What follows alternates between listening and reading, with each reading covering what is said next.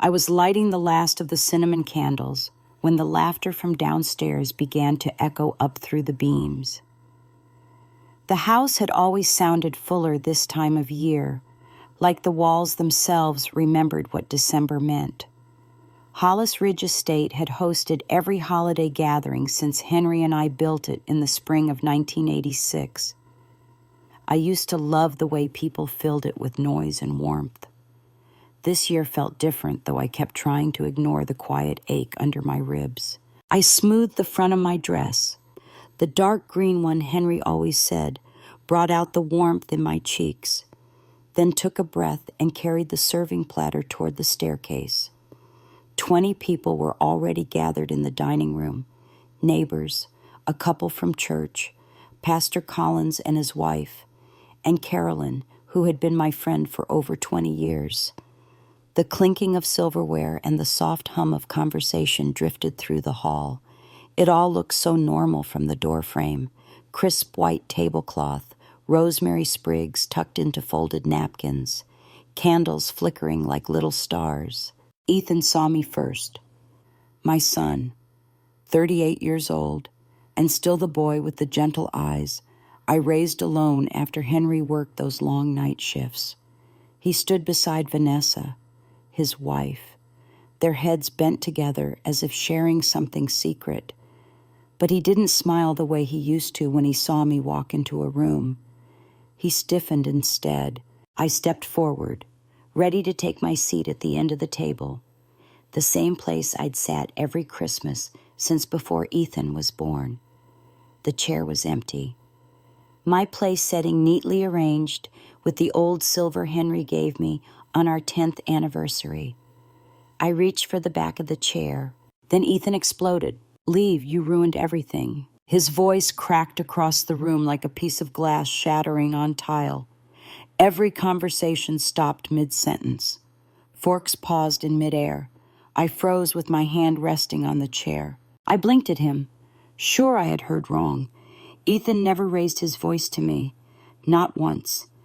He had been sharp with me lately, distracted or short-tempered, but this was something else. "What did you say, sweetheart?" He stepped between me and the chair, his face flushed, jaw tight, eyes burning with something I couldn't place. Anger maybe, or fear, or shame. It was impossible to tell. I said, "Leave. You heard me. That seat is taken." I looked around the table. Carolyn was staring at her napkin, her face pale. The pastor looked away like he was embarrassed to be in the same room. Marta stood frozen near the kitchen door, gripping a tray so tightly her knuckles were white. No one spoke. No one even breathed. My pulse thudded in my ears. Taken. By who? Vanessa slid her fingers along Ethan's arm, her smile small and polished, like something practiced in a mirror. "Maggie doesn't need to sit here. It's fine. We have everything under control." I tried to understand what she meant, what any of this meant. I had made this dinner, every dish, every detail from the garland to the gingerbread cookies cooling in the kitchen. This was my home, my table, my family. I cleared my throat to steady myself. "Ethan, honey, I don't know what's going on, but you don't talk to your mother like that." He didn't soften, didn't blink, just stared at me like I was someone intruding on his life instead of the woman who raised him. "Just go upstairs, Mom. Please, don't make this worse." The humiliation hit like cold water down my spine. My vision blurred at the edges, but I kept my voice calm. "If staying here will upset you that much, I'll give you space." I turned toward the staircase, the warmth of the candles fading behind me. My footsteps felt too loud on the hard wood. I could feel the eyes on my back, the awkward tension clinging to the air. As I reached the bottom step, a soft whisper followed me. "Vanessa," close enough that only I could hear her. "This house won't be yours much longer." For a moment, everything inside me dropped, like the floor had shifted an inch beneath my feet. I didn't dare turn around. I kept climbing the stairs, one hand on the railing, steadying myself, steadying my breath, Something cold crept into my chest that had nothing to do with the draft coming through the upstairs window.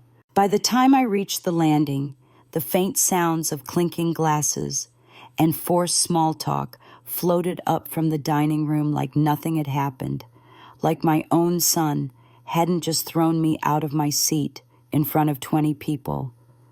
I stood there a long moment, the house strangely quiet around me despite the noise below, the scent of rosemary and baked ham still lingering in the air.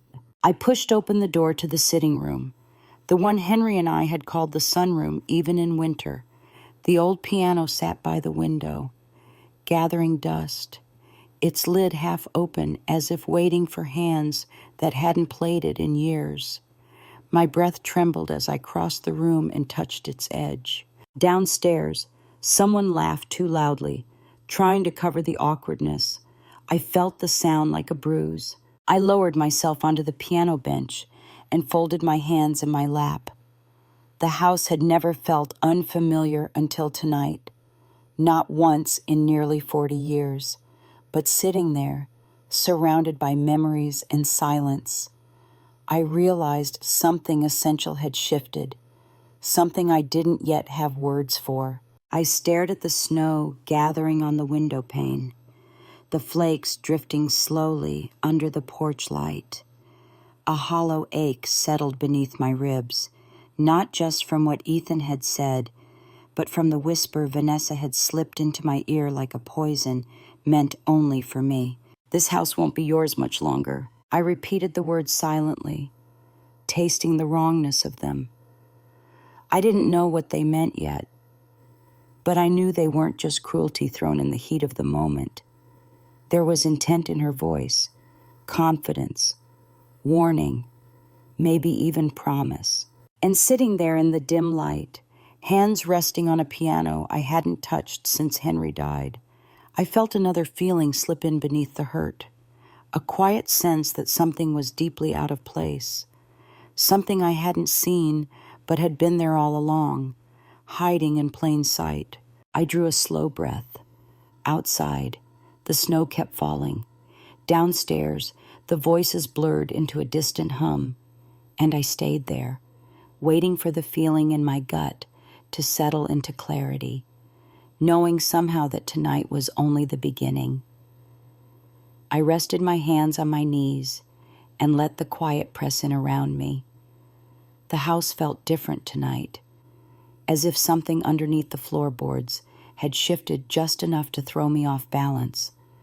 I tried to swallow the hurt, but it sat in my chest like a stone I could not move. After a long moment, I stood from the bench, my legs stiff, and crossed the room toward the tall cabinet against the far wall.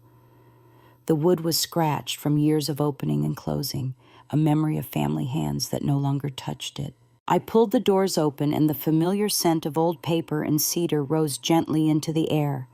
Inside were the photo albums Henry and I made during our first decade together, the framed picture of our wedding day under the oak tree, and the velvet box that once held the earrings he surprised me with on my 50th birthday. So many small pieces of a life built with care. As I reached for the album on the top shelf, I hesitated. Something that used to sit beside it was missing. The silver frame, with Henry holding Ethan as a newborn. I knew exactly where it should have been. I touched the empty spot and felt the faint outline of cleaner wood where dust no longer settled. It had been taken out months ago. Vanessa had said she put it away because the frame looked dated. I believed her at the time because I wanted to. I set the album aside and lowered myself to the floor, opening the bottom drawer that held the older keepsakes. My fingers brushed past envelopes tied with ribbon, birthday cards I could not bring myself to throw away, and small handmade ornaments Ethan created in kindergarten. I lifted one of them, the little felt snowman with crooked stitches from when he was 5. It used to hang on the family tree every year until Vanessa said it looked too worn to match the rest of the decor. She had boxed up half my ornaments last year and replaced them with a set she bought online. I told myself it was harmless, a daughter-in-law wanting a modern touch. Now I felt foolish for surrendering pieces of myself so easily. I placed the ornament gently on the rug and kept digging until my hand brushed a folder. I pulled it out and frowned. It was the folder that contained our property records. Henry and I kept it in this drawer for decades. The man trusted me with every detail: taxes, maintenance, renovations, all of it. I opened the folder and the papers rustled softly. There, tucked between the old mortgage receipts, was a stack of documents I had never seen. Durable power of attorney, transfer authorization, ownership review request. My name was printed on the signature lines. My eyes sank to the bottom of the first page, where there was a signature that looked like mine, and not like mine at the same time. The loop in the H was wrong, too wide. The tail of the L curved upward, not downward, a subtle difference to anyone else, but glaring to me. I felt a cold wave climb up my spine. I read the date printed at the top, September 2023. I tried to think back to that month. I had been recovering from the flu. Vanessa insisted on handling the grocery runs and helping with bills. She brought me tea in the evenings, sat on the edge of my bed pretending to care. Ethan was working long hours, exhausted and grateful for her help. It was the perfect moment to slip something past me. I remembered her handing me a pile of household papers once, saying these need to go back in the cabinet. I never checked every page. My fingers trembled as I turned to the second document. It authorized a partial transfer of ownership, pending verification by the county office. My throat tightened. This was no misunderstanding, no accident. Someone had gone through our things, forged my handwriting, and placed these papers where they knew I did not look often enough anymore. I pressed my hands against the floor to steady myself. The rug felt rough beneath my palms, grounding and unwelcome at the same time. Outside, a gust of wind slapped against the shutters like something angry trying to get in. I sat there a long moment, staring at the folder, my breath shallow. I had always believed betrayal showed itself loudly, with shouting or confessions, but the quiet kind, the kind done behind closed doors, with a steady hand and deliberate stroke, that was a different cruelty altogether. A soft creak in the hallway made me lift my head. Just the house settling. I told myself. Hollis Ridge had always groaned in winter. But tonight I felt watched. Not by a person, but by the memory of everything I once trusted. I stood slowly, clutching the folder to my chest, and crossed to the window. Snow fell in soft curls under the porch light, blanketing the yard in a quiet that felt too heavy now. I thought of Henry then, how he used to tease me for hiding important papers among old birthday cards and napkin drawings. He would laugh and say, "Maggie, no bank vault could ever hold what you treasure more safely than a drawer only you understand." I used to feel proud of that. Now I felt foolish, naive, exposed. I turned back toward the piano. On top of it sat a wooden box painted with tiny blue forget-me-nots. Ethan made it for me on Mother's Day when he was 11. It used to sit on the mantel until Vanessa decided to redo the living room last year and packed it away without asking. I crossed the room and opened the lid. Inside were the letters Henry wrote me during his hospital stay in 2018. His handwriting was shaky by then, but the last letter was clear enough. If anything becomes a chain around your life, break it before it takes away who you are. I traced the words with the back of my finger. He wrote them long before any of this, before I knew what chains even felt like. I tried to swallow the emotion tightening my throat. The edges of the paper trembled in my hands. A muffled burst of laughter drifted up from downstairs. I wasn't sure if it was real or if I imagined it. The sound twisted something inside me. They were carrying on without me, pretending nothing had happened, pretending my humiliation had been a simple misunderstanding. I set the letter back in the box, closed the lid, and sat on the edge of the bench once more. My mind wandered through every change that had crept into this house since Vanessa moved in. The white curtains replacing the red velvet ones Henry chose on our 30th anniversary. The eucalyptus candles that overpowered the smell of pine.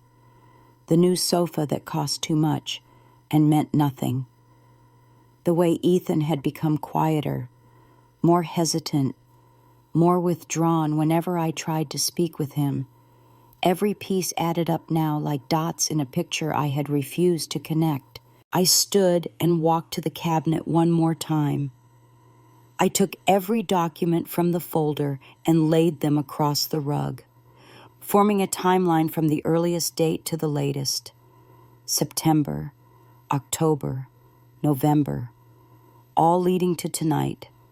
Someone had been planning something quietly, consistently, behind the walls of the life I built. My chest tightened with a mix of fear and anger I had not felt since the night Henry passed. I was alone then too, but grief was honest. This was something darker. I knelt down, pulled the folder shut, and held it against me. The murmur of voices downstairs softened into a low hum, almost soothing in the distance. The chair where I had sat at every holiday remained empty. The room felt cold despite the heater clicking on. I knew now that Vanessa's words at the staircase were not some casual cruelty. They were a warning, a truth she wanted me to fear. I stayed there a moment longer, letting the weight of the folder sink into my arms, knowing in my bones that whatever had started at that table tonight would not end quietly. The house around me felt like it was holding its breath, waiting for something to break. I carried the folder with both hands as I stepped quietly out of the sitting room. The hallway felt colder than it had earlier, as if the temperature dropped the moment I learned the truth hiding in those papers. I paused at the top of the stairs, listening to the muted chatter from below. Someone laughed again, brittle and forced. I wondered if Ethan even realized I was still upstairs, or if he thought I had gone to bed like an obedient old woman who knew her place. I tightened my grip on the folder. I slipped into my bedroom, closed the door behind me, and set the folder on the quilt. The documents stared up at me, their printed lines sharp under the lamplight. I needed answers, not guesses, not fears, not the ache in my chest, but real answers. And there was only one place in town where I could get them. I changed out of my dress and into a warm sweater and slacks. The kind Henry always said made me look sensible in the best way. I brushed my hair back, pulled on my boots, and slipped quietly down the back staircase that led straight to the mudroom. I grabbed my coat from the rack, breathed deeply once, then stepped out into the cold. The night air slapped my cheeks the moment I opened the door. Snow was still falling, soft and steady, blanketing the driveway in untouched white. I started the car and let the heater blast while I brushed the windshield. The world felt strangely silent, like it was listening. The drive to the town office took 10 minutes. At this hour, the building was dark, but they opened early every weekday. I sat in the parking lot for a moment and rested my forehead against the steering wheel. I was afraid, which was something I hated admitting even to myself. But the fear was mixed with something sharper. Determination. Henry always said I had a quiet steel inside me, the kind that shows itself only when needed. I hoped he was right. The next morning, I returned just after sunrise. The sky was still gray, and the wind carried the faint smell of old snow and pine bark. I pushed through the glass doors and walked into the lobby. The heaters hummed, filling the air with warmth and the faint scent of coffee from somewhere down the hall. A young woman with brown hair pulled into a bun sat behind the counter, tapping on a keyboard. Her name tag read, Marissa. She looked up with a polite smile. "Good morning, how can I help you?" I placed the folded documents on the counter. "I am hoping you can check something for me. These were filed in my name, but I do not remember signing them." Her smile dimmed. "Of course, let me take a look." She took the top document and began typing the parcel number into the system. I watched her eyes move across the screen. Her fingers paused. Her brows drew together. Something in my stomach dropped. She clicked again, then leaned closer to the screen. A silent moment passed, followed by a soft exhale. "Is there a problem?" I asked. She glanced at me, her expression cautious. "It looks like these documents are part of a pending transfer request. It says this property is currently under review for shared ownership status." The words hit me like someone had knocked the breath out of my chest. I steadied myself against the counter. "Pending transfer, what does that mean?" "It means something was submitted to adjust ownership records. It has not been finalized, but it is in process. Let me pull up the file." She clicked through several pages, her eyes narrowing with each line she read. Then she turned the monitor slightly so I could see without breaking any rules about privacy. It was just enough for me to catch the bold lettering at the top. "Property transfer, pending." I saw my name and under it another, Ethan Hollis. My breath caught. My son had been added as a co-owner. Marissa quietly printed a set of documents. The machine hummed, then spat out warm sheets that she gathered into a neat pile. She slid them gently toward me. "This is everything that was filed. Some pages have your signature on them." I reached for the papers.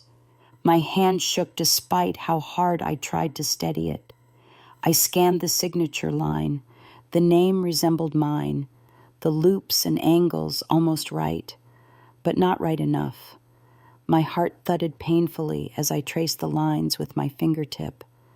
Someone had studied my handwriting, someone who had access to my files, my notes, my grocery lists, someone who lived in my house. "This is not mine." My voice sounded smaller than I intended. Marissa's expression softened with understanding. "If that is the case, then the transfer cannot move forward. But it is already moving through the system. You should speak with legal counsel immediately." I nodded slowly. The words barely sank in. "Thank you," I whispered. She placed a comforting hand on the counter, not touching mine, but offering steadiness all the same. "We see things like this more often than you might think. You are doing the right thing by checking." I gathered the papers carefully and slipped them back into the folder. When I stepped outside, the wind rushed against me, cold and sharp. The snow had picked up again, swirling across the parking lot in restless patterns. I stood there for a long moment, staring at the sky, feeling the weight of betrayal settle into my bones. Ethan's name on the file, Vanessa's whisper in my ear, the missing frame, the discarded ornaments, the forged signature, all of it forming a picture I no longer had the luxury of ignoring. My fingers tightened around the folder. I got into the car, set the documents on the passenger seat, and started the engine. The winter air rattled against the windows, as if urging me to move. I sat there with my hands on the wheel, listening to the low hum of the heater until my breath slowed enough to think clearly. There was only one person I trusted to help me understand what I was looking at. Someone who had once promised Henry he would always look out for me if I ever needed it. I picked up my phone, scrolled to the number, and pressed the call button. "Richard Coleman, I need your help." His voice came through steady and familiar. "Come to my office. Maggie, bring everything." I put the car in drive and pulled slowly out of the lot, the folder beside me like a silent witness to everything that had just unraveled. The snow kept falling hard and fast, but for the first time since the night before, I felt a strange clarity rise inside me, the kind that comes when denial has nowhere left to hide. I headed toward the legal office on Birchwood Lane, gripping the wheel tightly, knowing that whatever waited for me there would change the shape of my life in a way I could never turn back from. The wind pushed against the car as I turned onto Birchwood Lane, the bare trees bowing under the weight of fresh snow. Richard's office sat in an old brick building that used to be a library when I was a girl. The windows glowed softly through the gray morning, a warm contrast to the cold pressing in around me. I parked, gathered the folder from the passenger seat, and took a steadying breath before stepping out into the chill. Inside, the scent of cedar and old paper wrapped around me the moment I pushed through the door. A small lamp glowed near the reception desk, but the office was otherwise quiet. Richard appeared from his office at the end of the hall, his expression tightening the moment he saw my face. "Come in, Maggie, let me take your coat." His voice had always carried a calm authority that reminded me of Henry in rare moments. I slid out of my coat, my fingers cold, and followed him into his office. A fire crackled in the corner, casting a soft orange glow across shelves filled with legal volumes. It felt safe in a way I had not felt in days. "Sit down," he said gently. "Show me what you have." I opened the folder on the polished wooden desk, the papers spreading like a map of everything that had gone wrong. He picked up the first page, his glasses slipping down the bridge of his nose as he read in silence. His brows lowered, then knit. He flipped to the second page, the forged signature gleaming in the lamplight. After a long moment, he set it down and leaned back in his chair, folding his hands. "Maggie, this is not just suspicious. This is criminal." The words seemed to ring in the quiet room. My stomach knotted. "Someone forged my name." I said it quietly, as if admitting it aloud would make it more real. "Someone in my own house." He nodded slowly. "A forged, durable power of attorney, especially one notarized in another city without your presence, is considered fraud with intent to exploit. This falls under elder financial abuse laws in New Hampshire. Depending on who submitted it, we could be looking at forgery, fraud, and attempted unlawful transfer of property." I felt my breath catch. My hands gripped the edge of the chair. "I never signed anything, not one of these pages." Richard ran a thumb along the signature line. "You do not need to convince me. I know your handwriting. Henry used to bring me your holiday cards for years because he said no one wrote like you. Whoever forged this studied you carefully, but they missed the rhythm of your strokes." The mention of Henry made something sting behind my eyes. I lowered my gaze. Richard continued reading. When he reached the authorization request, he sighed. They tried to move it into joint ownership. That would give Ethan legal standing to act on behalf of the property. My chest tightened again. Ethan. I wanted to believe he was innocent, unaware, misled, but his name was printed clearly in the system. "Do you think he's involved?" I asked, feeling the question tremble inside me. Richard paused before answering. "I think someone in your home knew these documents existed. Whether Ethan signed knowingly or was misled, I cannot say. But the pattern fits something I have seen before." He leaned back, studying me carefully. 3 years ago, I handled a case involving documents almost identical to these. Same structure, same misplaced notary stamp. The client was an elderly widow in Kingston. Her property was nearly transferred out from under her by her nephew, but the nephew had not orchestrated it. He was pushed into it by someone he trusted. I swallowed. "Who?" Richard hesitated, then reached for a different folder in his desk. He lifted a sheet of paper with notes scribbled across the margin.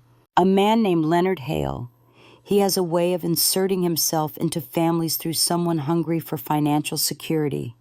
He uses them to push elderly homeowners into signing things or fabricates signatures when necessary.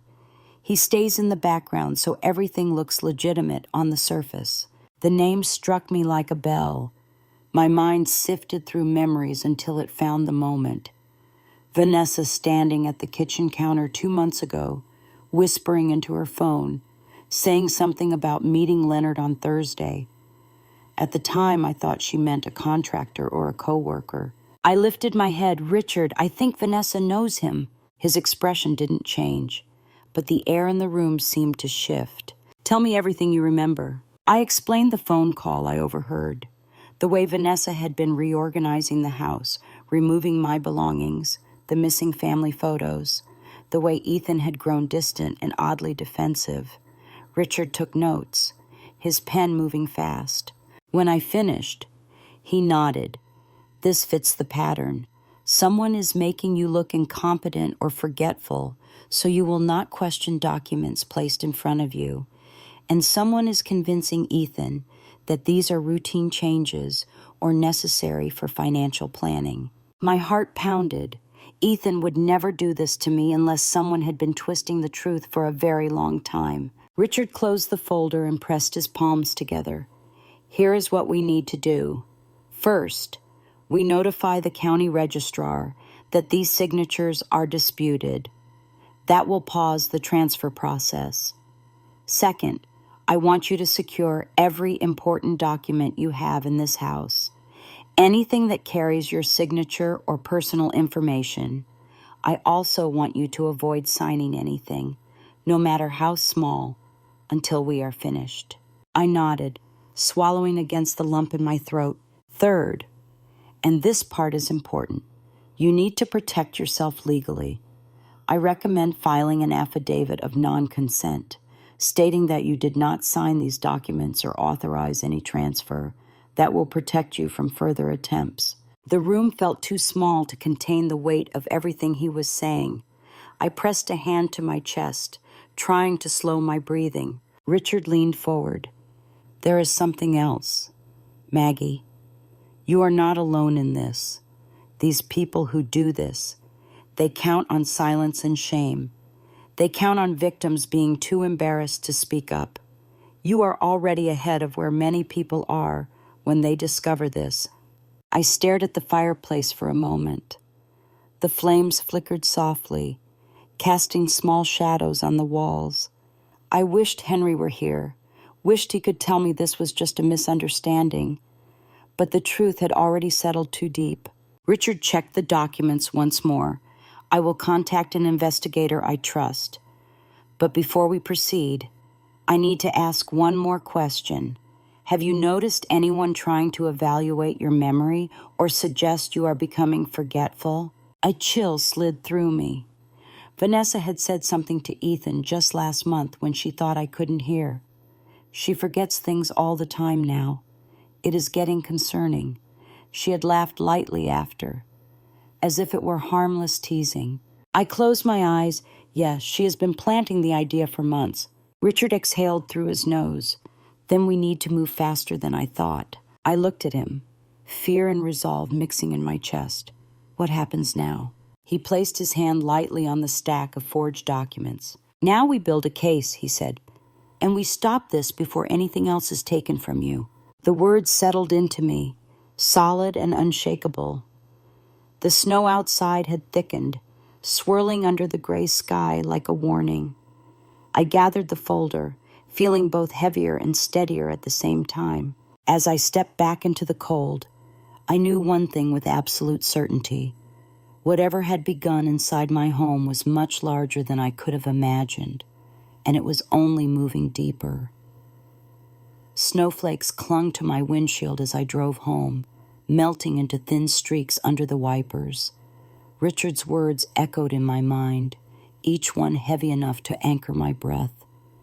When I reached the house, everything looked exactly as it had the night before. The porch light glowed softly over the snow.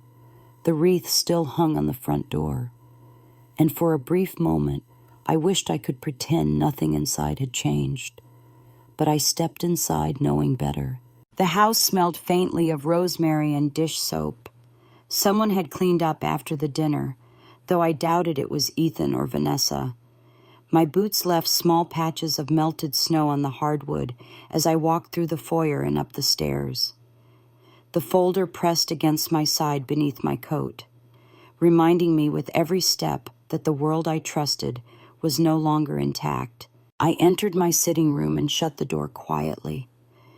The late afternoon light filtered through the frosted window. Pale and cold, I placed the folder on the desk and smoothed the top page. Everything in me felt taut, like a string pulled too tight. I pulled out my phone. I needed proof.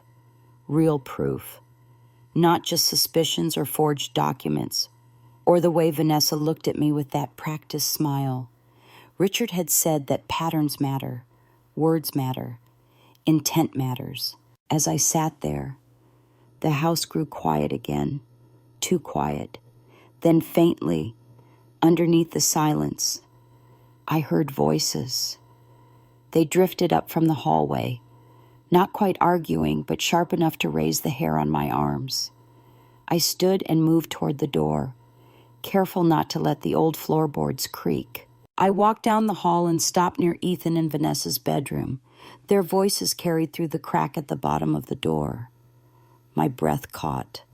I pulled my phone from my pocket, opened the voice recorder, and crouched down on the floor.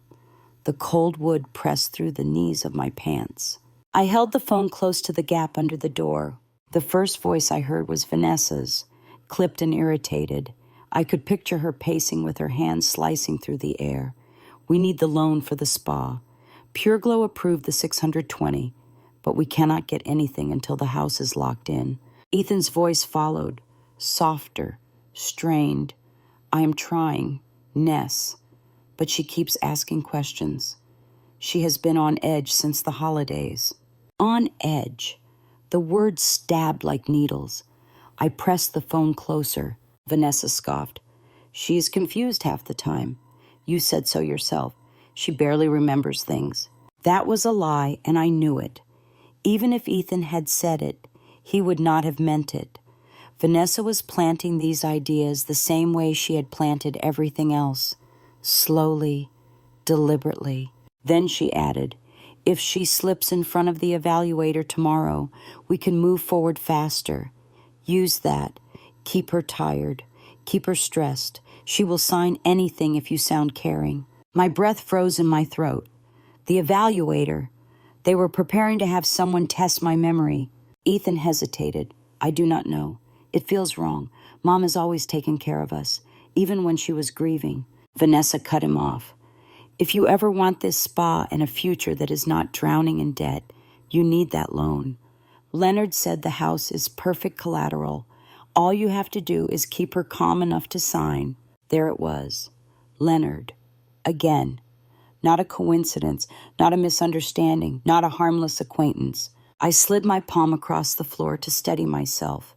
The boards felt icy, even through my hand. Ethan spoke again, barely above a whisper.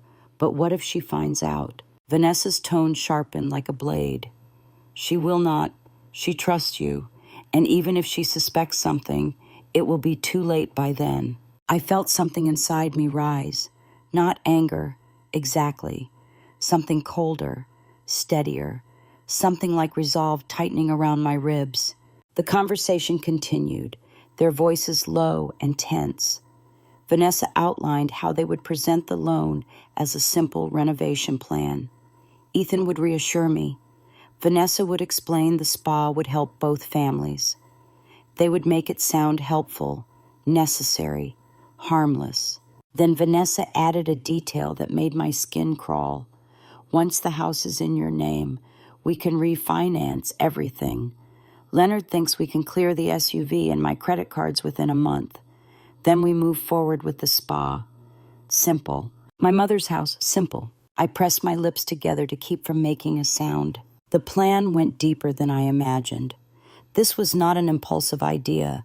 It was a pattern, carefully crafted over months, maybe longer. I stayed crouched there for what felt like hours, but must have been only minutes. I listened to the last of their whispers, the quiet rustling of sheets as someone sat on the edge of the bed, the faint hum of tension in the air. When the conversation lulled into silence, I pulled the phone back to me. The recording timer glowed. 14 minutes.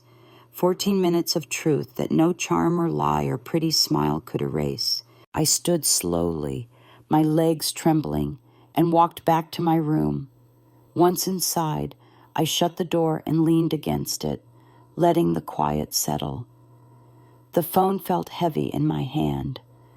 I played the first few seconds of the recording. Vanessa's voice slipped through the speaker, cold and clear. She will sign if you pretend to care. She always does. I stopped the playback and set the phone gently on the desk. My chest tightened with something close to grief. But grief had a softness to it, even when it hurt. This was sharper. This was betrayal coated in familiarity. I sank into the chair, bracing my elbows on the desk. My mind ran through years of moments. Every small kindness from Vanessa suddenly felt rehearsed. Every suggestion she made about my forgetfulness felt like a step toward this plan. Every time Ethan pulled away when I tried to talk felt like a thread she had pulled loose. I wiped my palms on my sweater and took a slow breath. I needed to think clearly. Panic would only cloud the details, and details mattered now more than ever. I reached for the folder of forged papers and opened it beside the phone. The documents that had once terrified me now felt like pieces of a larger puzzle, and I finally held the key. A gust of wind rattled the window pane. The house groaned softly, the way it always did when the temperature dipped low. The familiar sound grounded me. This was my home, my sanctuary, my life's work. The idea that someone was trying to take it from me, quietly and systematically, ignited something deep in my chest. I picked up the phone again and stared at the blinking recording file. This was my proof, my shield, my voice. Even when I had not spoken, I pressed save, then emailed a copy to myself and another to Richard. I typed only a few words in the subject line, for the case. My finger hesitated over the send button only for a heartbeat. Then I clicked it. The file vanished into the digital space, gone, but safe, protected somewhere far from this house. The room felt colder suddenly. I closed the folder, slid it under the desk, and turned off the lamp. My shadow stretched long across the floor as I stood, my breath fogging slightly in the chill. I walked to the window and pulled back the curtain. Snow was still falling, drifting lightly across the porch steps. The world outside looked peaceful, untouched, quiet. But inside me, something had shifted for good. I whispered into the silence, letting the words steady me. I know the truth now. For a moment, I stayed there, watching the snow gathering in soft waves. Then I turned away from the window, readying myself for what had to come next. The snow outside had quieted to a soft drift by the time morning light began to push through the clouds. I had barely slept. Every time I closed my eyes, I heard Vanessa's voice again, sharp and slick, talking about my home as if it were a stepping stone in her own private ladder. When the first pale streaks of daylight touched the edge of my curtains, I rose, dressed, and made myself a cup of coffee that tasted like nothing at all. By 9, my phone buzzed with a message from Richard. Bring the recording. I will have someone listen to it. I answered him quickly, then tucked the phone in my pocket. Before leaving, I glanced through the downstairs window toward the driveway. Vanessa's SUV was gone. The absence felt like air returning to a room that had been closed too long. Ethan's car remained, though he was still here, still unaware that I had heard every word spoken the night before. I wondered how many times he had been pulled into a lie he believed was love. The drive to Birchwood Lane felt shorter this time. The roads were plowed but still slick, lined with ridges of salt, and churned snow. When I reached Richard's office, he was waiting at the door as if he had been standing there for an hour. Inside, the warmth wrapped around me, he gestured toward a chair at his desk. "Sit, Maggie. Tell me everything." I handed him my phone with the recording already pulled up. He connected it to a small speaker. As the file played, the room seemed to shrink. The voices from my hallway filled the office, intimate and ugly. Richard listened without interrupting, his face tightening with each minute. When the recording ended, he shut off the speaker and rested his hands flat on his desk. "This is substantial," he said quietly, more than I expected. I felt something in my chest loosen, a breath I had been holding since the night before. Richard leaned back, his expression thoughtful. "I want someone else to hear this, someone who can take this further." He made a short call, his tone steady. A few minutes later, he hung up and looked at me with a mix of reassurance and seriousness. "An investigator from the State Financial Crimes Unit is coming. He is someone I trust, and he has been tracking a name connected to this sort of scheme for years." I did not need to hear it to know who he meant. Still, the word crossed my mind like a cold gust. "Leonard." There was a knock at the door, and Richard stood to welcome a tall man with a worn leather folder tucked under one arm. He introduced himself as Sean Bradford, early 40s, sharp eyes, a calmness that felt practiced. He shook my hand with a steady grip. Richard nodded toward the chair beside me. "She has something to play for you." I replayed the recording. Bradford listened in complete silence, only leaning forward slightly near the part where Vanessa mentioned the spa, the loan, and Leonard. When it ended, he opened his folder and flipped through several pages. His finger tapped on one document. "I have seen this format before," he said. "Same language, same type of forged signatures, same notary office used in Portsmouth." He looked at me. "Do you know a man named Leonard Hale?" The question chilled me, though. I expected it. I swallowed. "I think Vanessa does. I heard his name on her phone 2 months ago. She never explained who he was." Bradford nodded once, confirming what he already suspected. "Leonard recruits people who are financially stressed or ambitious. He convinces them that a property in the family can be used temporarily to clear debts or secure loans. He keeps himself hidden until the moment things move far enough that he can take his share and disappear." My stomach turned, and he has done this before. "More times than I can count," Bradford said, "but we have not had a witness willing to come forward with evidence strong enough to pin him, until now." I gripped the edge of the chair. "What does that mean for me?" "It means," he said, "that you hold the thread that could unravel the entire scheme, and that you need protection for both yourself and your estate." Richard set his pen down. "We should file for an emergency freeze on all property-related transactions and notify the county registrar that all documents are contested. I will prepare everything. But Maggie, we also need to consider who in your home might be assisting Leonard." The answer came out of me before I could stop it. "Vanessa." Bradford nodded again, his jaw tightening. "She fits the profile, but she may not be acting alone. Some of these schemes involve siblings or close friends helping to move documents around or falsify information." A memory flickered. Vanessa on the phone with someone she called Toby. He had been around more often lately. I leaned forward. "Vanessa's brother has been visiting. Toby. He brought her some papers a few weeks ago. She said they were business proposals, but he acted nervous when I walked in." Bradford wrote quickly. "That could matter. Do you know his last name?" I shook my head. "No, but I can find out." He closed the folder. "I will look into him through the system. If he is connected to Leonard in any way, we will know soon." Before I could respond, the door behind us clicked softly, and Carolyn, my neighbor and friend, peeked her head in. Her cheeks were flushed from the cold.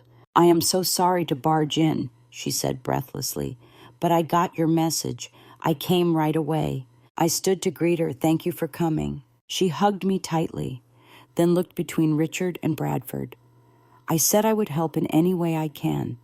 Actually, I remembered something. Maggie, I should have said it earlier." Bradford motioned for her to sit. "Tell us." Carolyn sat down and smoothed her coat. "Back in October, I was at Mapleford Coffee, and I saw Vanessa meeting a man. At first I thought it was someone from her job, but the way she spoke with him, it was too familiar.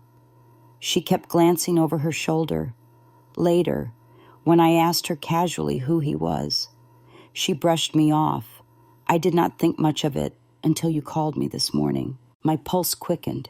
"Did he have black hair, blue jacket?" She nodded. "Yes, clean-shaven, expensive watch." Bradford closed his eyes briefly, as if the description confirmed his suspicions. "That is Leonard. He meets his contacts in public places where he thinks no one will pay attention." Silence settled over the room, heavy but clarifying. Bradford looked at me thoughtfully. "With this recording, the forged documents, the witness account, and the financial trail we have been building, we may finally have enough to tie him to a pattern of targeted fraud. But I need you to be prepared. This will not be simple. People like Leonard do not go down without fighting." I felt the fear rising again, but it was steadier this time, quieter. I nodded. "I'm not running from this.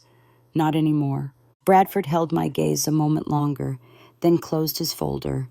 "Good, because I will need you to act as a primary witness." Those words landed in my chest with a weight, both frightening and empowering. Richard rested a hand on the desk. "We will handle the filings. We will protect your home. But Maggie, you need to be careful. Do not confront them yet. Let us gather every piece of evidence before anything comes to light." I inhaled slowly. "I understand." He squeezed my hand once. "You are doing the right thing." I stood and gathered my coat, feeling the folder against my side once more. When I stepped outside, the sky had grown darker, thick clouds forming above the snow-covered roofs. The cold pressed into my skin, but I barely felt it. My thoughts were louder than the wind, sharper than the air. Somewhere out there, Vanessa and Leonard were spinning plans they believed were invisible. Somewhere they thought they were winning, but they had no idea that I had heard every word, or that I was no longer the quiet woman they thought they could push aside. I walked toward my car, the snow crunching under my boots. As I reached for the door handle, the wind shifted, brushing against me like a warning or perhaps a promise. This was only the start. The cold settled deeper as I drove home, a gray heaviness hanging in the sky that felt too familiar. When Hollis Ridge came into view, the house looked still, almost watchful behind the thin veil of falling snow. I parked near the porch and sat for a moment with my hands on the steering wheel, bracing myself before stepping out into whatever waited inside. Ethan's car was still there. Vanessa's SUV had returned too, its tires carving fresh lines through the snow. A tightness gripped my chest. I walked up the porch steps, pushed open the front door, and was greeted by an uneasy quiet, the kind that made the air feel thick. In the kitchen, the dishwasher hummed. The smell of stale coffee lingered. I took off my coat and hung it on the hook. As I turned toward the hallway, footsteps approached, quick and purposeful. Vanessa rounded the corner, her expression bright in that strange artificial way she used when she was hiding something. "Maggie, good. You are here. We have someone coming this afternoon. It is nothing big, just a simple check-in for your well-being." She kept her tone light, as if she were telling me the plumber was stopping by. My stomach dropped. This was the evaluator she and Ethan planned to use. She did not know I knew. I steadied my breath and asked calmly, "What kind of check-in?" She waved her hand, dismissive. "Just a cognitive assessment, Standard for people your age. Nothing to worry about. I held her gaze, careful not to let anything slip. When will they be here? Soon. Ethan is upstairs getting ready. Try not to be nervous. It is simpler if you do not overthink it. She brushed past me and headed toward the living room, humming under her breath. The melody sounded rehearsed, like everything else she did. I went upstairs to my room and sat on the edge of the bed. I tried to calm the tight rhythm of my pulse. I reminded myself that I had nothing to fear. I had always managed my bills, my home, my life. I could remember every face and every photograph, still tucked into drawers she had tried to empty. Vanessa was counting on me being shaken. She wanted to catch me off balance. I closed my eyes and took a slow breath. When the doorbell rang 20 minutes later, I felt ready. A woman in her early 50s stood in the foyer holding a clipboard, smiling politely. Her name was Dr.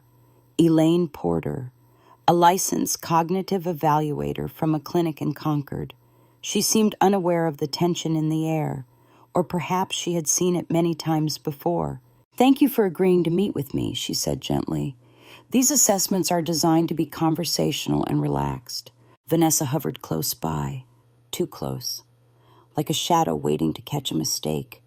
Ethan appeared behind her, his face pulled tight with something like worry. He could not meet my eyes. We moved to the sitting room where sunlight filtered through the lace curtains.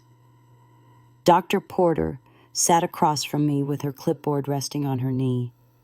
Vanessa sat in the doorway, pretending to tidy a stack of magazines while staying within earshot.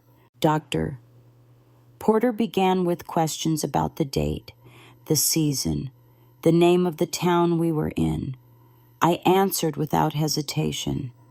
She asked me to recall 3 words, draw a simple shape, explain a household process. Each task felt like a small window into how Vanessa hoped I would falter. But I didn't falter. I saw every question clearly. I moved through each step with a calm I did not know I possessed. My voice stayed steady. My thoughts stayed organized. I surprised even myself when I recited a list of items backward without pausing. Halfway through, I caught Vanessa's expression shifting, the corners of her mouth tightening as Dr. Porter nodded along at my answers. She began clicking her pen faster. I felt a small spark of satisfaction. When the assessment ended, Dr. Porter closed her clipboard gently and smiled. She looked at Ethan first, then at me. "From what I see, there are no indicators of cognitive decline. In fact, you performed exceptionally well for your age group." A faint flush crept up Vanessa's neck. Ethan looked down, ashamed or maybe relieved. It was hard to tell. Dr.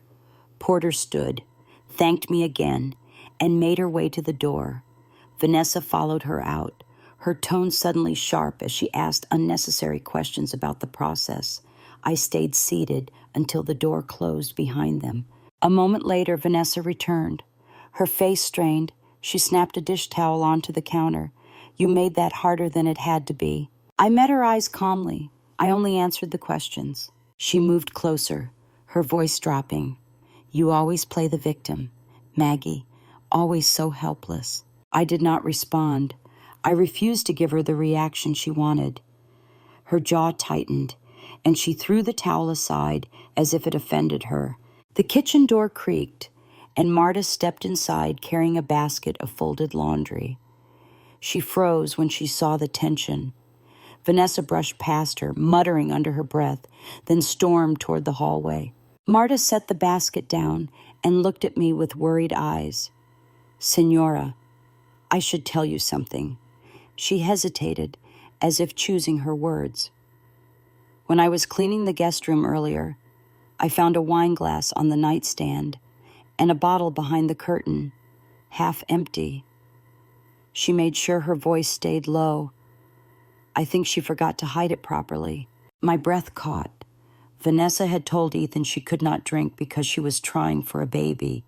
She had used it as a shield for sympathy and leverage. "Thank you, Marta," I said softly.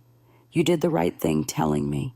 Before either of us could speak again, heavy footsteps pounded down the stairs. Toby appeared in the hallway, Vanessa's younger brother, his coat still dusted with snow. He held a stack of papers in his hand, his expression uneasy. "Hey, Ness told me to drop these off. They have to get signed or something. I do not know." He stepped into the kitchen and nearly jumped when he saw me standing there. "Oh, Mrs. Hollis, I did not know you were home." I studied the documents he clutched awkwardly. The top page looked like a loan summary. Some sections were blank. Others had numbers that made no sense for someone in our household. Vanessa's voice carried sharply from the hallway. "Toby, bring them in here." He hesitated, looking between the two of us. His fingers fidgeted around the edges of the papers, as if he suddenly realized he was holding something that could burn him. "Toby," I said quietly, "would you like a cup of water before you go? You look cold." He blinked at me, startled by the gentleness. He nodded slowly. "Yes, sure, that would be nice." He stepped into the kitchen, glancing toward the hall to make sure Vanessa was not watching. He lowered his voice. "I do not really know what is in these. She just said they are business forms. Said you were helping with the spa." My heart clenched. She had manipulated him too. Or maybe he knew more than he was willing to admit.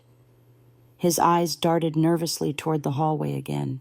I poured him a glass of water, set it gently on the counter, and watched his hands shake as he lifted it. "Thank you," he murmured. Vanessa shouted again, sharper this time. "Toby, now." He nearly flinched. "Sorry," he whispered, then hurried away with the papers. Marta looked at me, the lines of worry deepening on her forehead. "What is happening in this house?" "Senora." I exhaled slowly, my pulse still racing. "Something very wrong, but it will come to light soon." Vanessa's voice rose again from the hall, angry and quick, and Toby answered in rushed whispers. I could not make out the words, but the tone said enough. Fear, impatience, desperation, threads of a story that was unraveling. I crossed the kitchen to the window and watched the snow swirl across the driveway. The glass felt cold beneath my fingertips. I did not know what the next hours or days would bring, only that the truth was surfacing whether Vanessa wanted it to or not. For the first time since everything began, I did not feel afraid of what was coming. I felt ready, and as the sound of their tense conversation drifted toward me, I knew we were nearing the moment when all of it would break open. Snow brushed lightly against the kitchen window as I stood there, listening to the strained whispers coming from the hallway. The house felt tight around me, as if the walls themselves were holding their breath. Marta slipped away to fold laundry in the back room, and I stayed still for a moment longer, letting the tension settle before I finally walked toward the living room. I stepped into the doorway just as Toby shoved the stack of papers back into his coat with an uneasy glance toward Vanessa. His face looked pale, almost sick. Vanessa stood with her arms crossed, her voice low and sharp as she said something I could not catch. When she noticed me, her expression stiffened like wet plaster setting too fast. She tried to compose herself. "Maggie, you startled me." "We were just talking about some errands." I did not answer her. I looked at Toby instead. He seemed unable to meet my eyes. His hands twitched near his pockets. For a moment I wondered whether he understood more than he was willing to admit, or if he was trapped in the same kind of manipulation that had been building inside my house for months. Vanessa stepped closer to him. "Toby, you should go now. We have things handled here." He nodded too quickly and moved past me toward the front door. When he opened it, a gust of cold air swept inside, carrying flakes that settled on the hardwood floor. He muttered a quiet goodbye and disappeared into the drifting snow. Vanessa shut the door and turned back with a smile that was stretched too thin. She smoothed her blouse, glanced at her reflection in the hall mirror, then looked at me as if expecting me to say something. When I did not, her smile dropped. "Is something wrong, Maggie?" I walked into the living room and sat in the armchair near the fireplace. The flames were low, the logs nearly burned through. I stirred the embers with the iron rod until sparks lifted in slow orange trails. "Where is Ethan?" She blinked. "Upstairs. He has a headache. I told him to rest." Her voice trembled slightly. I had not seen that before. Usually she carried this sense of control with her, as if everything in the room belonged to her. But something was slipping now, something she could feel but not yet see clearly. I looked up at her. "Vanessa, why were you and Toby arguing?" She scoffed, but the sound was thin. "We were not arguing. He's just confused about a business project. He brings me paperwork all the time." I kept my gaze steady. "Did you tell him I was helping with the spa?" She froze for half a second before recovering. I might have mentioned it in passing. You know how people misunderstand things. I let the silence stretch. She shifted her weight, her fingers tapping nervously along the back of the sofa. It was the first time I had ever seen her fidget. "You have been acting strange," she said finally, "ever since the holiday dinner. I think you need rest. Maggie, all this stress is not good for you." I stood slowly, letting her watch the movement, letting her see the steadiness in my posture, the clarity in my eyes. I could feel something shift in the room, as if the balance between us was tilting with each breath. "I am fine," I said, "and I see everything much more clearly than you think." She opened her mouth to respond, but footsteps sounded on the stairs. Ethan came down, wearing a worn sweater and jeans. His eyes were puffy, as if he had barely slept. He looked at both of us, reading the tension instantly. "What is going on?" Vanessa stepped toward him. "Nothing. She's confused again."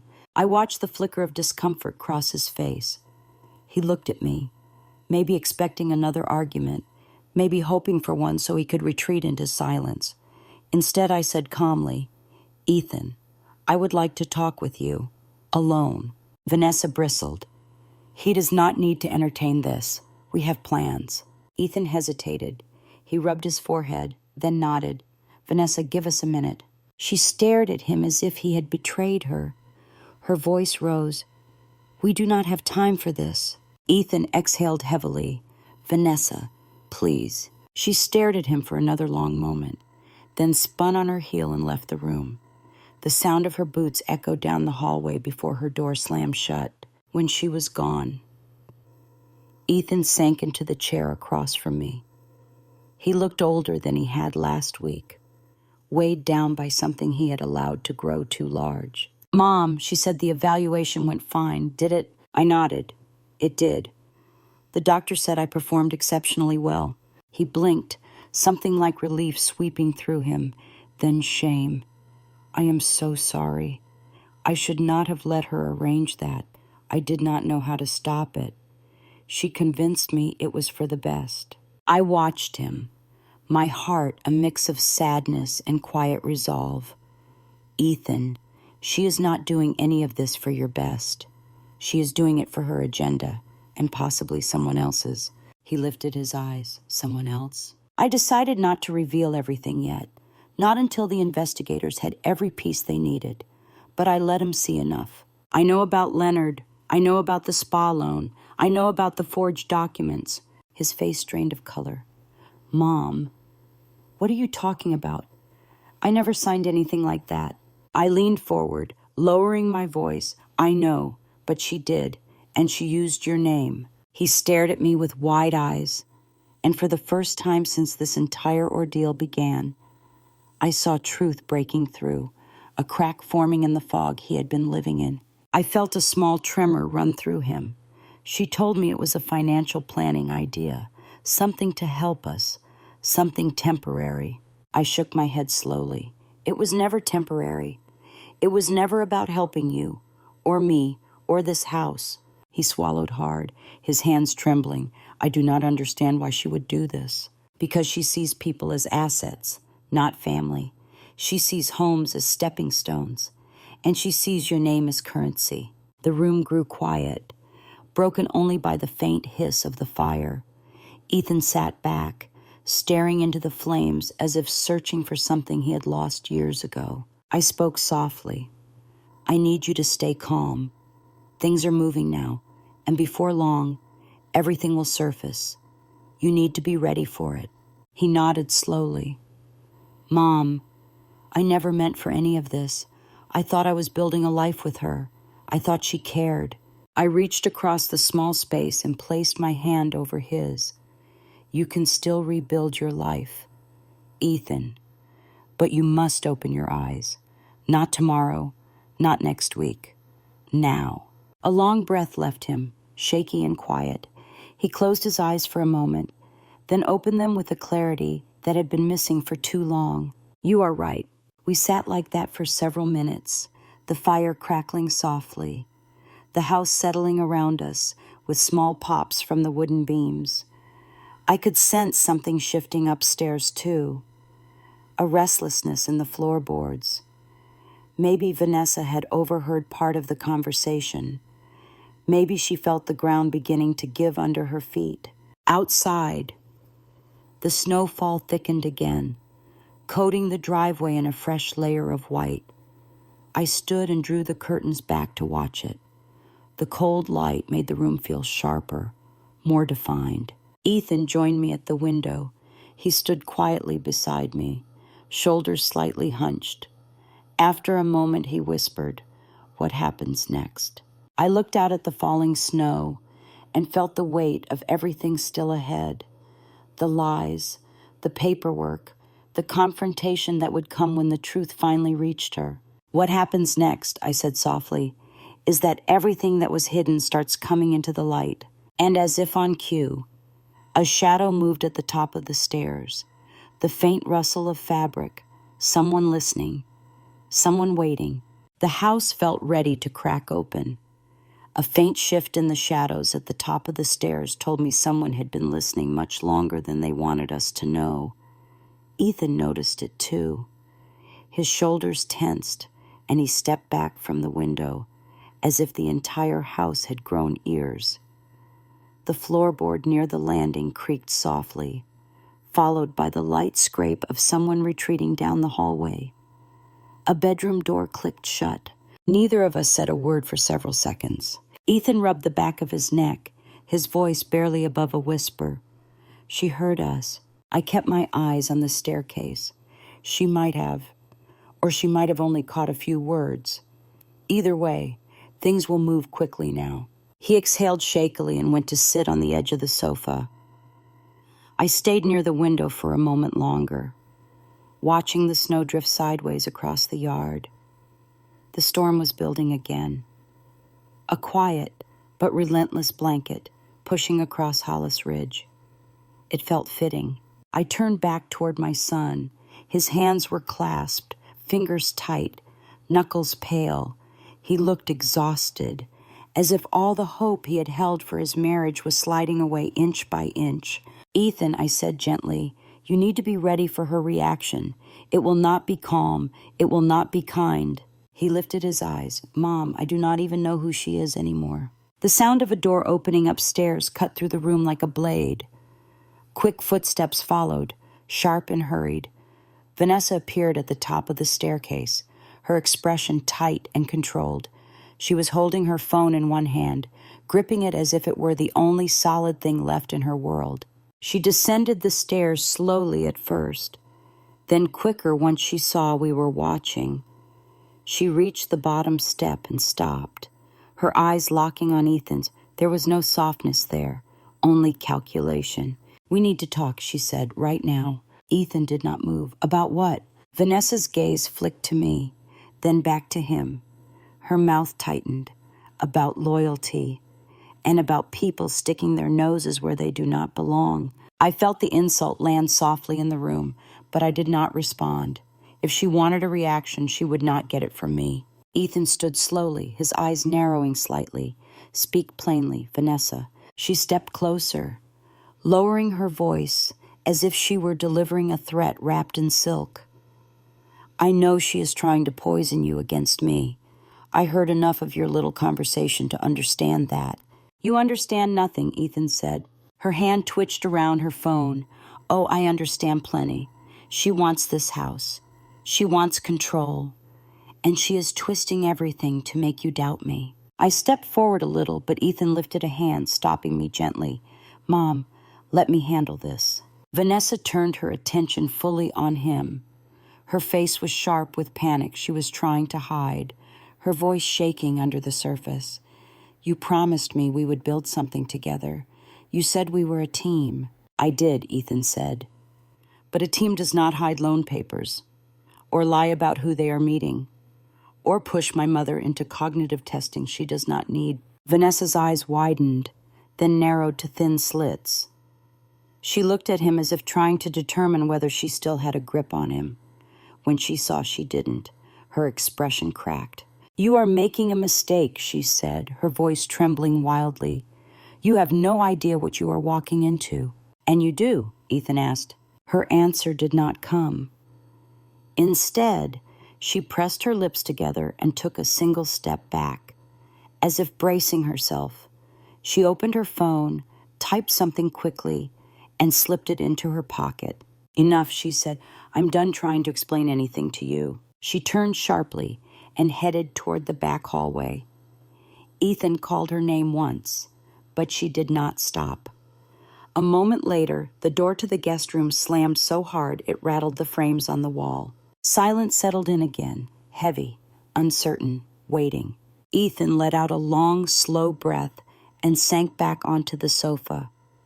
I sat beside him, not touching him, just giving him the space he needed. After a few minutes, he whispered, She is scared, Mom, really scared. That is why she is acting like this. I nodded. Scared people make reckless choices, and sometimes dangerous ones. He rubbed his hands together, brow furrowed. Do you think she's going to leave? I glanced toward the hallway where her footsteps had disappeared. No, not yet. She is cornered, and people who feel cornered tend to dig deeper instead of running. He swallowed hard. What do we do? You stay calm. You let the process unfold. Remember what Richard said. Nothing happens without the right evidence in place. He nodded again, though the tension in his jaw remained sharp. I stood from the sofa. I am going to make tea. It will help clear your mind. He managed a faint smile. Thank you. I walked toward the kitchen, the wooden floor cool beneath my slippers. The kettle hissed as I filled it, and the familiar sound soothed me. I set it on the stove and lit the burner. The flame flickered blue. But as I reached for the tea canister, the front doorbell rang, sudden and insistent. Ethan appeared behind me. Are you expecting anyone? I shook my head slowly. No. We exchanged a tense look, then moved toward the foyer together. The bell rang again, this time louder, almost impatient. I opened the door. Two men stood on the porch, snow settling on their jackets. Both wore official badges clipped to their coats. The taller one stepped forward. Mrs. Hollis, he said, my name is Officer Glenn Barlow. This is Officer Reed. We received a call requesting a wellness check for you. My stomach tightened. Vanessa. She had acted faster than I expected. Ethan stepped beside me. A wellness check. Why? The officer glanced at his notes. We received a call expressing concern that Mrs. Hollis may be at risk or showing signs of diminished capacity. Ethan's jaw clenched. This is ridiculous. She is perfectly fine. We just had a medical evaluation. Officer Barlow nodded calmly. We still need to speak with her directly. I steadied myself and forced a polite smile. Of course, please come in. The officers stepped inside, stamping snow from their boots. I led them into the sitting room, where the fire still glowed faintly. They asked me a series of basic questions. My name, my age, who lived in the house with me, whether I felt safe, whether I needed help. I answered each question clearly and calmly. Halfway through, the hallway creaked. Vanessa appeared in the doorway, her expression falsely worried. Officers, thank you for coming. I am so relieved you are here. She needs help. She has been confused and forgetful for months. The officers looked between her and me, assessing both. I did not let my expression change. Officer Barlow finished his questions, scribbled something in his notebook, then stood. Mrs. Hollis, you are entirely coherent. I see no immediate concerns. Vanessa stiffened, but she needs supervision. She cannot manage this place alone. Officer Barlow closed his notebook. Ma'am, she appears fully capable. If concerns arise again, you can contact us. But for now, there's nothing to pursue. Vanessa's face went pale with fury disguised as shock. But you do not understand. She is manipulating all of us. Officer Reed spoke gently but firmly. Ma'am, we have finished our assessment. Vanessa stared at them as they left, her breath shaky, her chest rising and falling rapidly. When the door closed behind them, she turned slowly toward me, her eyes sharp with fear she could no longer hide. You are making a mistake fighting me on this, she whispered. No, I said quietly, I am correcting one. She held my gaze for one long breath, then walked away, her steps hard and fast, disappearing into the back hallway. Ethan exhaled deeply beside me. This is getting worse. I nodded, yes. And she knows she is losing. I turned back towards the kitchen where the kettle finally began to whistle, steam curling into the air like a quiet warning. The storm outside had grown thicker, pushing against the windows. Inside, the house felt smaller, tighter, as if bracing for whatever would come next. And I knew now that whatever it was, it would not wait much longer. That night, the wind pushed against the walls as if it wanted in. The storm outside matched the storm in my chest, but there was a difference now. I was not drifting in it anymore. I had a direction. I made myself a cup of chamomile tea, sat in the dim light of the kitchen, and let the kettle hiss and click itself quiet. Eventually, I went upstairs, not because I felt safe, but because I felt ready. Sleep came in pieces. I woke before dawn to a house that had finally gone still.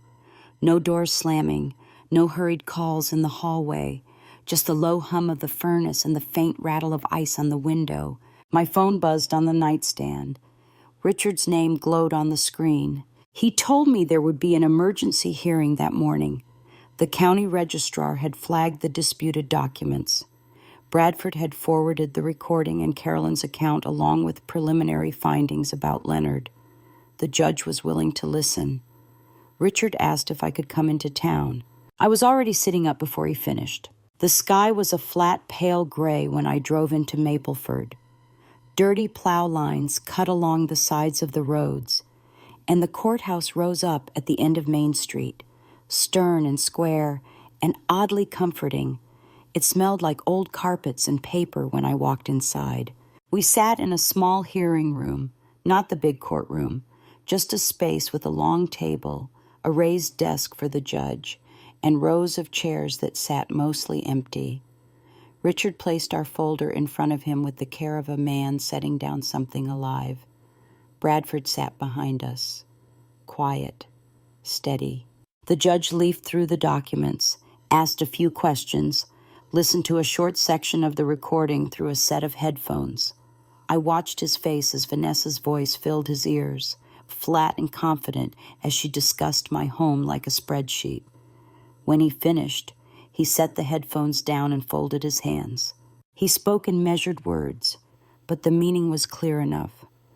There would be an immediate freeze on any transfer or lien involving Hollis Ridge. No bank could move a loan forward with my property as collateral. The disputed documents would be formally investigated. A separate process could begin to revoke any purported gift or transfer that had been set in motion under false pretenses. For the first time in weeks, I felt my lungs fill all the way. Outside the hearing room, Bradford stepped aside to answer a call. When he returned, his expression was sharper. He explained that a coordinated team had moved in that morning on an address in Portland. Leonard had been taken into custody. There were files, bank records, notes that mirrored the pattern we had just laid out. My case was not the only one. It was part of a chain. I thought of all the women whose names I did not know, whose kitchen tables had become battlegrounds without their consent. It made me both grateful and furious that I had caught mine in time. When I drove back to the house that afternoon, the storm had broken. The sky was clear and hard blue, the snow on the hill behind the house glittering under the winter sun. Hollis Ridge looked almost peaceful, like it had exhaled. Inside, the air felt different, not lighter, not yet, but open, as if someone had cracked a window in a room that had been shut too long. Ethan was in the dining room, sitting at the end of the table where he had stood and yelled at me on the night everything shattered. His hands were clasped in front of him. Papers lay spread out on the table. Not legal documents this time, but a notepad with lists scribbled on it, small tasks and numbers. He looked up when he heard me. His eyes were rimmed red, but his voice was steady when he told me that Richard had called him as well. He knew about the freeze, about Leonard, about the investigation into the forged forms. He said he had spoken with a counselor that morning, that he intended to keep going. He said he was moving into a small apartment on the edge of town while things settled, because he did not want his staying in the house to complicate anything. He told me he did not expect me to forgive him quickly, or at all, but that he wanted to earn back whatever small pieces of trust he could, even if it took the rest of his life. I listened. I watched his shoulders slump with each admission, each apology. There were no dramatic words, no grand gestures, just a man who had finally opened his eyes to the cost of his choices. When he finished, I placed a hand on the back of the chair to steady myself. I told him that forgiveness for me did not mean forgetting, that I remembered every moment of the holiday dinner, every word he had let pass without defense. Every night I lay awake while he looked the other way, but I also remembered the boy who sat up with me when Henry was in the hospital, brewing tea and folding blankets, and trying to be the man he thought his father would want him to be. I told him that I did forgive him, not because what happened was small, but because carrying the weight of it alone would break us both. I told him that our relationship would have to be different from now on, clearer, boundaried, honest. He bowed his head, and I saw his shoulders shake. He did not reach for me, and I did not force anything. Some bridges rebuild one careful board at a time. Vanessa did not come downstairs that evening. She did not slam doors or throw accusations. The house was too quiet for that. Instead, later that week, a civil officer served her with notice tied to the investigation and the freeze. There were financial papers she could no longer touch and deadlines she could no longer move. 2 days after that, she packed in a rush. I did not stand in the doorway. I did not watch her car leave. Marta told me later that Vanessa's hands were shaking as she shoved things into suitcases, that she cursed under her breath and broke a picture frame when she realized the assets she thought she could reach were no longer hers to touch. She left without a goodbye. The silence she left behind was the most peaceful sound I had heard in months. Bradford called periodically with updates. Leonard was facing multiple charges tied to elder financial abuse and fraud. Vanessa's role in the attempted scheme would be examined under that same light. Toby, it turned out, had been a minor accomplice, delivering papers without grasping the full extent of what he was carrying. He agreed to cooperate. The law would decide his share of responsibility. Sometime in late winter, when the snow was beginning to melt into dirty rivers along the side of the driveway, the final court order arrived. The attempted transfer was voided. Any supposed gift of ownership was formally revoked under the state's provisions for serious ingratitude and fraud. Hollis Ridge was restored entirely to my name. I sat at the kitchen table with the letter in my hand. the words swimming slightly as tears blurred my vision. Marta stood beside me, one hand on my shoulder, whispering a small prayer in Spanish that I did not understand but felt anyway. That afternoon I walked through the house slowly, room by room. I took the modern art print off the living room wall and replaced it with the photograph of Henry and me under the oak tree. I pulled the box of old ornaments from the hall closet and set the felt snowman, with its crooked smile and loose threads, back on the mantel where I could see it every day. I found the snow globe I had quietly glued back together and watched the flakes swirl around the tiny cabin inside, just like the Vermont hollows we visited on our honeymoon. The house did not turn back into what it had been. It could not. Too much had happened. But it began to feel like itself again, like a place shaped by love and history instead of greed and fear. On a soft March afternoon, when the sun finally had a hint of warmth to it, Ethan came by with a small plant in a clay pot. He said his therapist had suggested he find ways to make amends that were concrete and ongoing. Something living, the therapist had said. Something that needs care and patience. We placed the plant on the kitchen windowsill. It was just a simple green sprout then. It grew slowly over the next weeks, leaves unfurling a little more each time I checked it. Some days, Ethan came to water it himself. Some days I did. We never spoke about the symbolism out loud. We did not need to. At night, when the house settled and the quiet returned, I sometimes sat at my old writing desk by the window. I opened my journal and let the pen move. One evening, I wrote a sentence that stopped me when I finished it. This winter, I did not lose my son. I lost my fear. I closed the journal and let my hand rest on the cover for a long moment. The words felt true in a way that could not be undone. I walked to the piano, lifted the lid, and slid my fingers gently over the keys. Dust puffed up in a soft gray cloud, catching the late light. I pressed a note, then another. My fingers remembered more than I expected. Slowly, clumsily, but with growing confidence, I played the simple melody Henry had loved. It filled the room, wobbly and imperfect. But mine, outside, the last of the snow clung stubbornly to the shaded parts of the yard, while new grass pushed through in patches. The wind against the window was softer now, not a threat, just a reminder that seasons change, whether we chase them or not. If you have stayed with me through this story, I am grateful.